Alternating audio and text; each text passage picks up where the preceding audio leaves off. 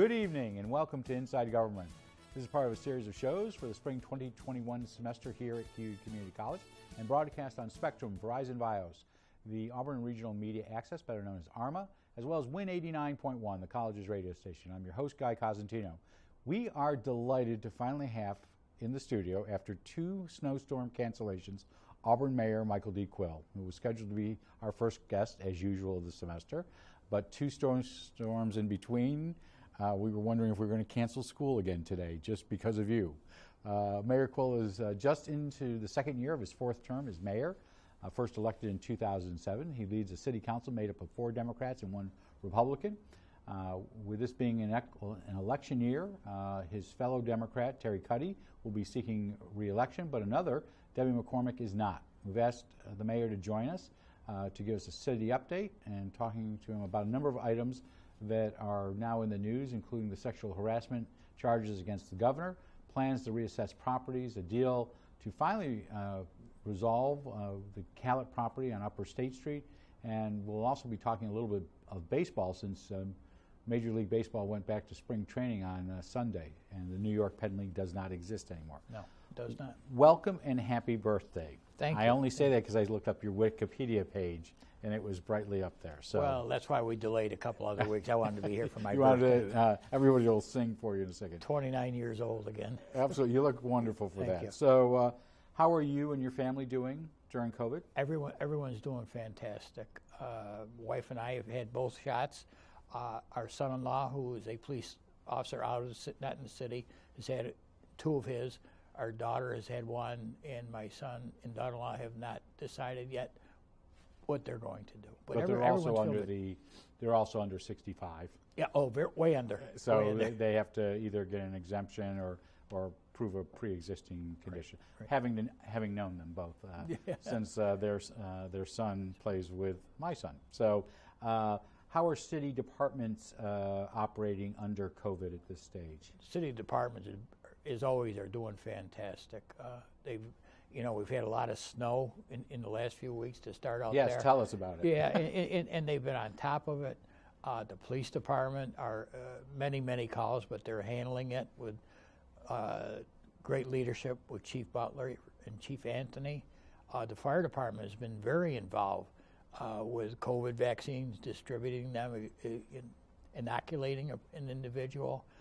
City staff has been answering phone calls to help our residents get signed up for So I talked to 2 of your city planners on Sunday, and I know they've been down, in fact, at BOCES to help administer the tests. I know some firefighters who have been administering the vaccine as well. Right. So is this putting off, and I don't mean this in a negative point, but obviously this is shifting resources where you have everybody else they have their normal department. If we weren't in a COVID world, they would also have a full plate at this stage right now. Yes. But it really looks like the city, maybe because it's the largest municipality other than the county, is really stepping up and volunteering, in a sense, not as volunteers, they're not unpaid, right. but they're helping the county, helping Kathleen Cuddy and her staff, because there's a lot of work to be done. You know, Guy, I think I'm going to come to a conclusion for what you're asking. I give a lot of it, if not all of it, to Jeff Dygert, city manager. The city manager, with his background in emergency planning, catastrophe, redoing after a catastrophe, all that come together, and he's worked very closely with Aileen McNabb-Coleman, Kathleen Cuddy, and the health department, organizing all these different events for inoculations, for whatever the case may be, and it's worked out very well. But I believe that Jeff's forethought, knowledge, and experience has brought us a long way. Do you, I don't think I've read it in the newspaper, so I'm assuming it is not the case, you cannot mandate that employees get the vaccine. That's my understanding also. But it does sound like most city employees, it sounds like the city manager, and he'll be on in a couple of weeks, I'll ask him same question, but just like Jeff Perazzola at the district, well, they can't mandate it, they are strongly urging and providing opportunities to get the shots. Leading by example. Okay. Leading by example and bringing A and B together to have C, so yes. So last March, we're almost at a year now. Last March, can't believe it is a year. Yeah. It's been a long year, but last March and then through the summer, parts of the city were closed in the sense of departments and whatnot. Is City Hall itself open for operations? I know some staff are working remotely, but can you walk into City Hall to see people? You can. You can. For example, if you want to pay your tax bill. You'll always do that. Hopefully you'll always do that. But if you want a marriage certificate or license certificate, whatever you call it, you do have to go to the back door of City Hall, and there's signs. You have to go in through that way. No more front entrance. On the left-hand side as you walk in, there's a doorway. It's half a door. It's open all the time. There's always a city employee open in there from 8 a.m. to 4 p.m. And they find out. That's a shift of resources as well. It is. It is. But you have to sign in. You have to have an ID card. Tell them where you're going. You just, years ago, people would walk in just to walk through, and it's not allowed. But if you do you think we'll get back to that at some point?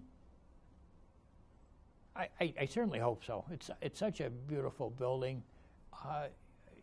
I'm proud of it, like all city employees past.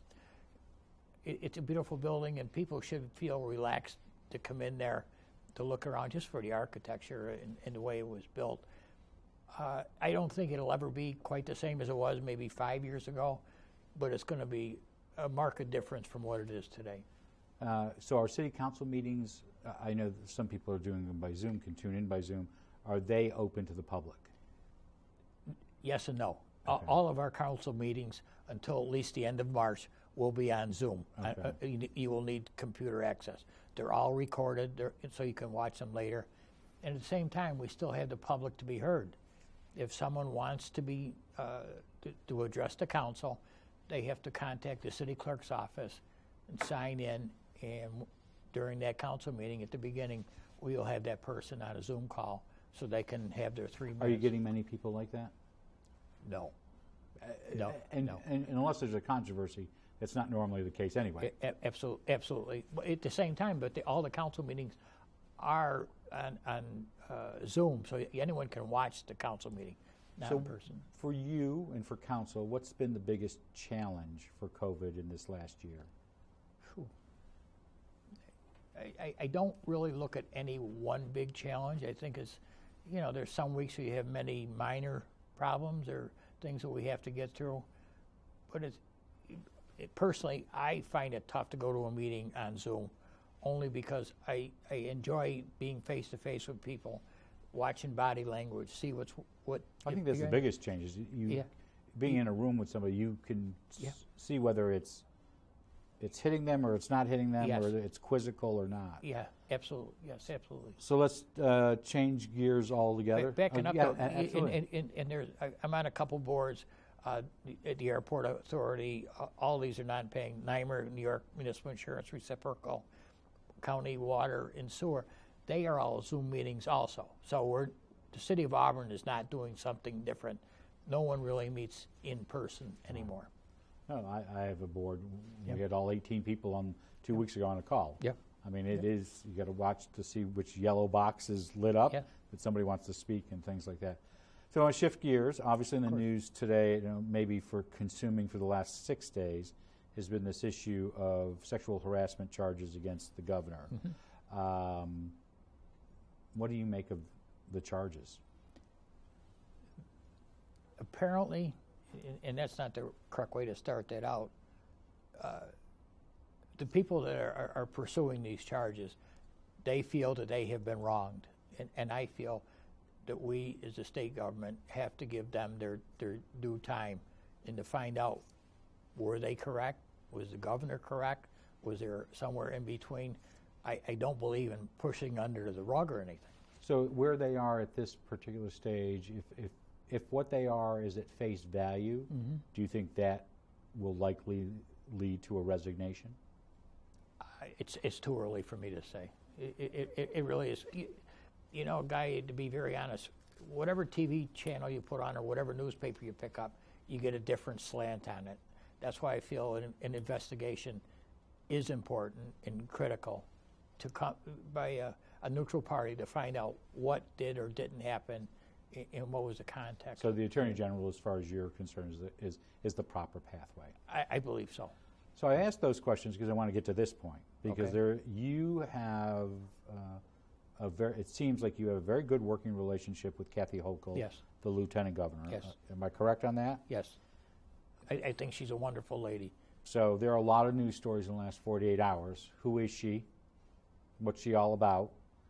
If she should become governor, do you think that benefits Auburn? I would hope that all of us would benefit from it, not just specifically Auburn.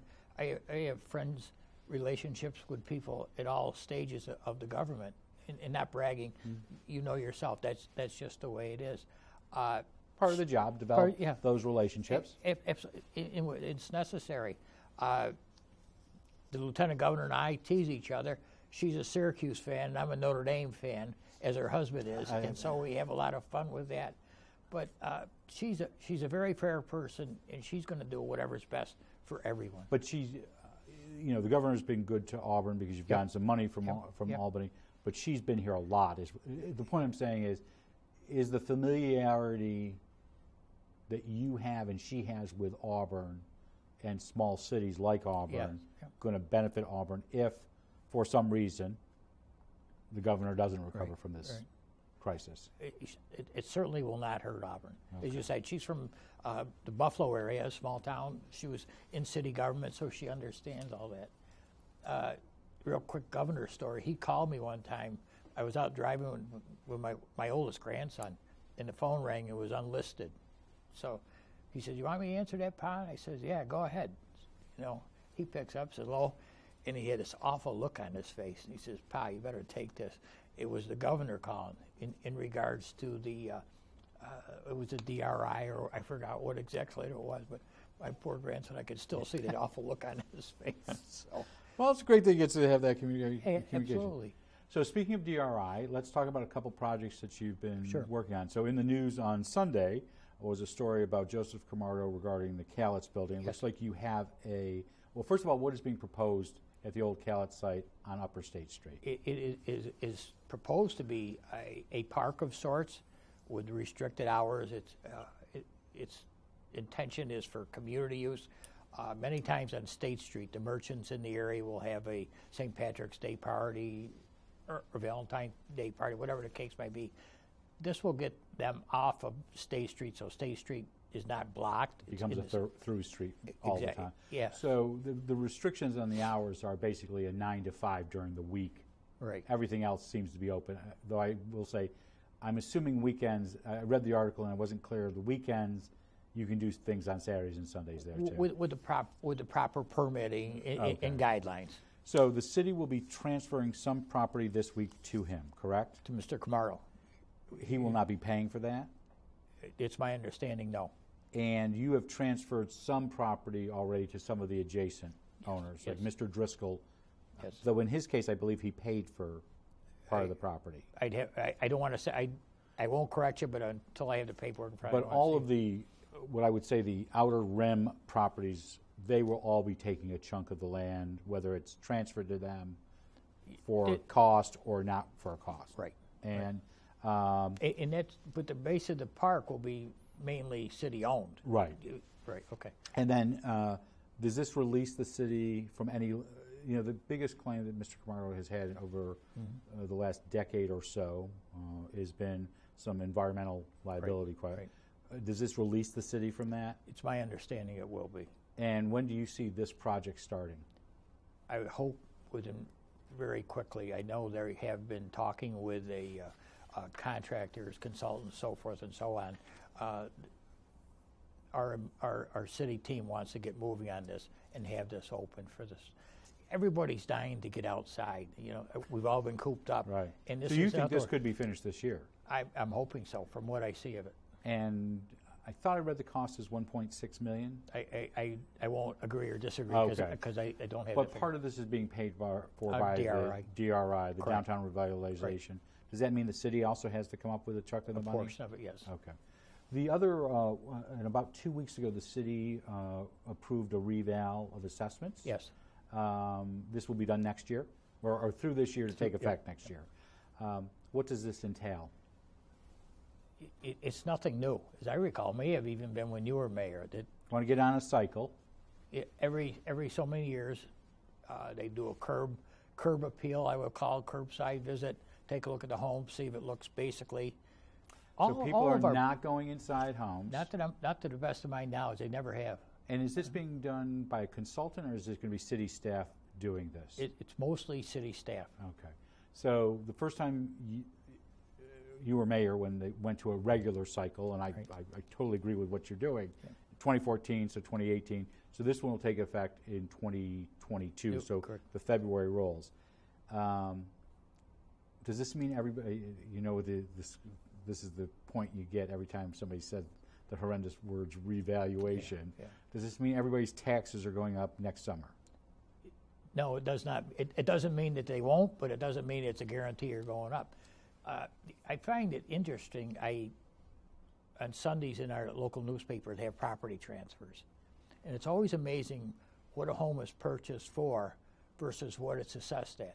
The assessment is always, in these days, it's always lower than what they're being purchased for. So, telling stories I would say. So I used to give tours to kids. I don't know if you do or don't right now, but I always take second and third graders or fourth graders throughout the building. Until I got in trouble taking them up to the bell tower, but that was a liability issue. Always would go up to the assessor's office, and I remember one child saying, well, what's this office do? I said, this is the office where every parent hates what goes on here, doesn't believe what the value is until they're ready to sell their house, and it's always higher than that. So the city also, within the last couple of months, or last month, also had a conversation about the new Heritage Center, commonly known as the Visitor Center. Yes. There. That is still being run by the Business Improvement District, correct? Yes. Yep. You have a contract operating. Being operated, right. And so I don't want anyone to feel that the Business Improvement District owns the property or anything like that. No, the city owns the property. The city owns, but I just want to clarify that. So does that mean all the costs are city right now, whether it's operating, maintenance, all those costs are the cities? Are the cities? Any idea how much that's costing? No. Budget will be coming out, initial budget very shortly. I'll be glad to get back to you, but I don't know offhand. Is the state contributing anything at this point? They are working with us in the market area. There's a market with inside. For your snacks, your sodas, things of that nature. Or you can buy Auburn products or County products. And I believe that's a little bit two different things, but. So Major League Baseball started their first games on Sunday. I was treated to listening to the Yankees for a very long period of time on Sunday. But one of the offshoots of Major League Baseball is no more, and that's the New York Penn League, correct? Correct.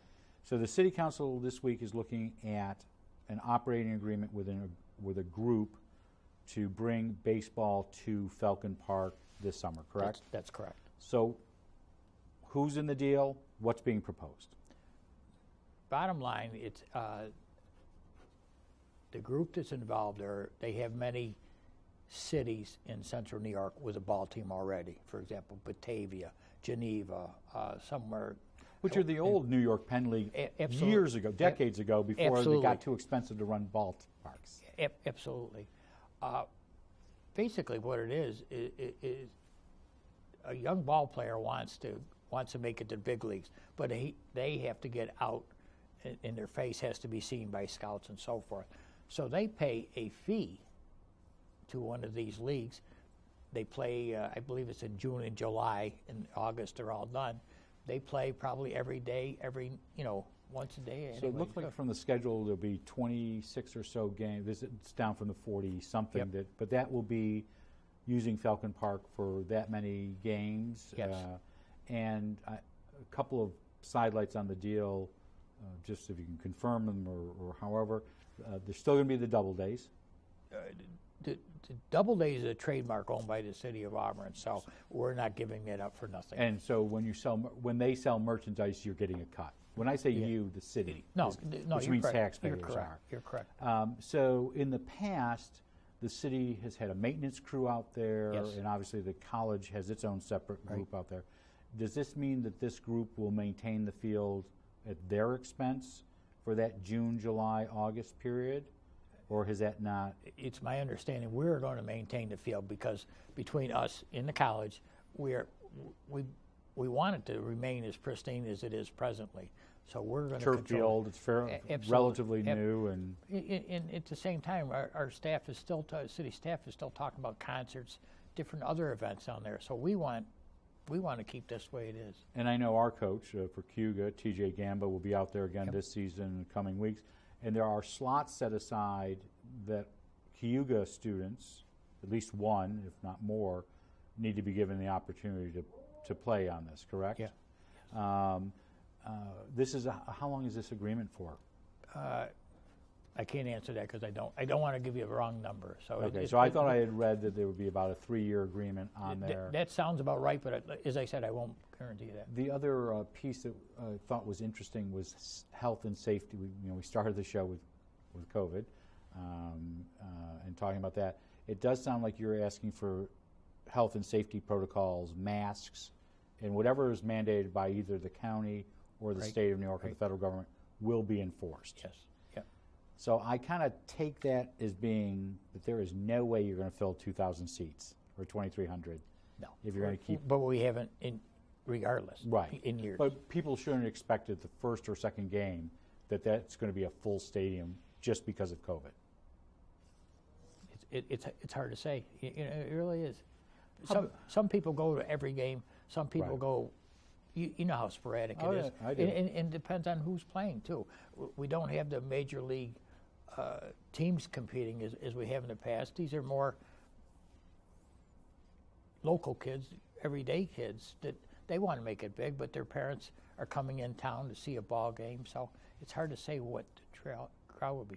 I may say this facetiously, but I know this was not necessarily City Manager Jeff Dygert's favorite subject to deal with. But it is important. He saw it as important to the city. Yeah. City Council. Did the City Council see having something at Falcon Park every summer as being a priority? No one ever wanted to lose the ball team. Falcon Park is beautiful. Just the historic value, all the money we have pumped into it.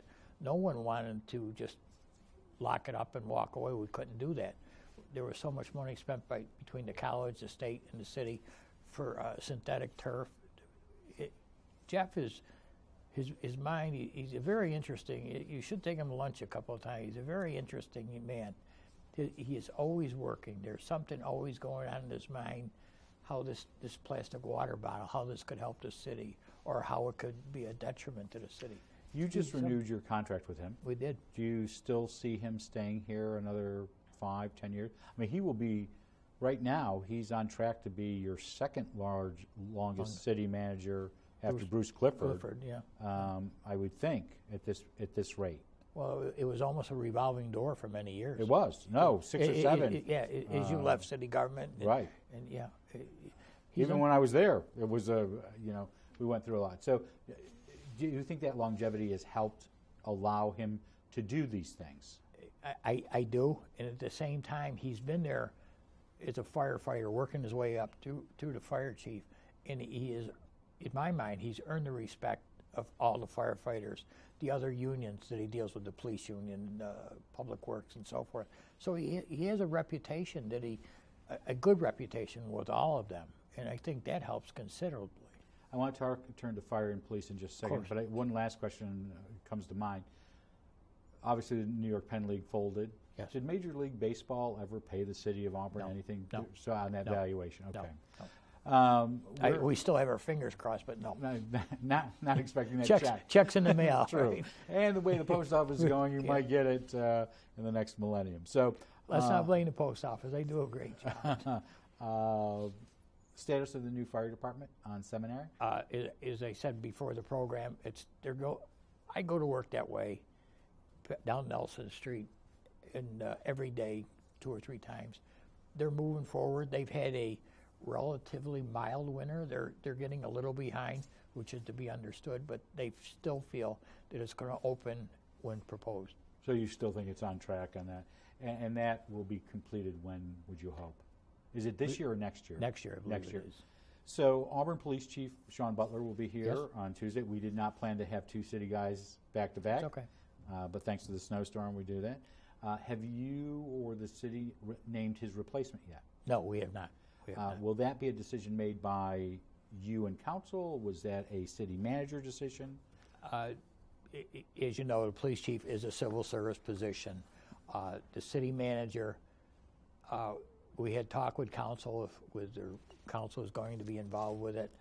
I think the feeling is that councilors would like the chance to interview the candidates, but the city manager will make his decision in that regard when time comes. So last time around there was an external search. Yes. This time it does look like you have three reachable, and that's an important distinction, reachable candidates, because in the past not you, but the city has offered it to individuals, and then they still have to take a civil service exam. Right. And we sometimes think that experience comes with a lot of great things, but the inverse of that is they're not really good test takers, being so far from test taking, and sometimes that becomes a challenge. So the plan right now is to do an in-house with the three reachable candidates. That's correct. In to back up just a little bit, I don't believe the city manager has set out any, this date we're doing this date we're doing there. I know he's always welcome to council input on it. Oh, we'll ask him in 2 weeks. Okay, I won't steal his thunder. So you have known Chief Butler since he was with the department? Yes, a long Any time. thoughts about him? He was the right chief at the right time. He was definitely and still is an asset, not only to the police department, but the city in general. He has a knack of talking with people, not talking at them. Very personable. Absolutely.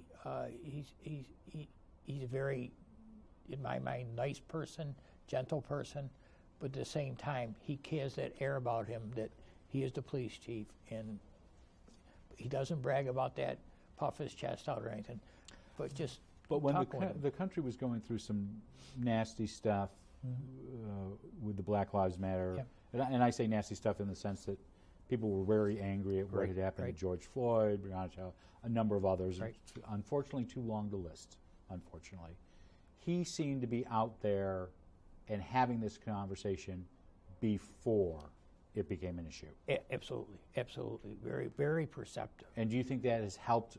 You're going to be asked to vote on a plan at some point. The governor has an executive order to look at police departments. Do you think that has helped that process along?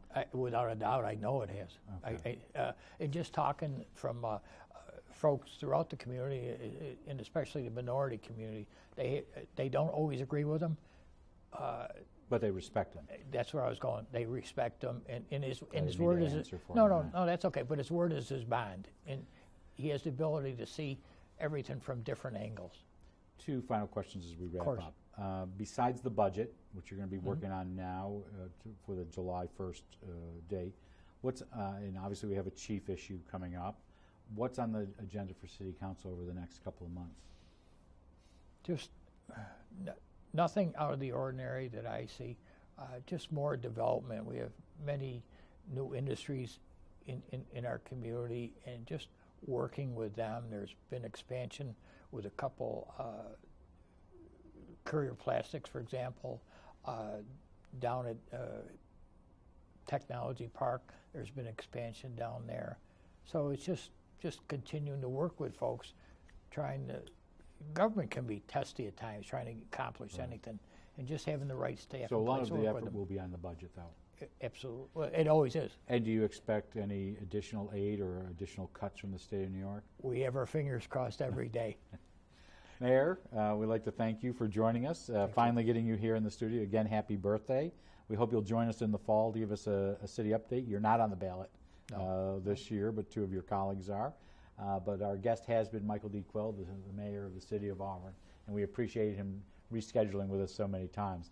As we said on Thursday, this March 4th, this week, we'll have Auburn Police Chief Sean Butler, who is retiring, I think in May or June this year, Very soon. to talk about his department, his future plans, the issues of the state-mandated review of operations that we mentioned, as well as his efforts over the last 2 years to get state accreditation, which are very important.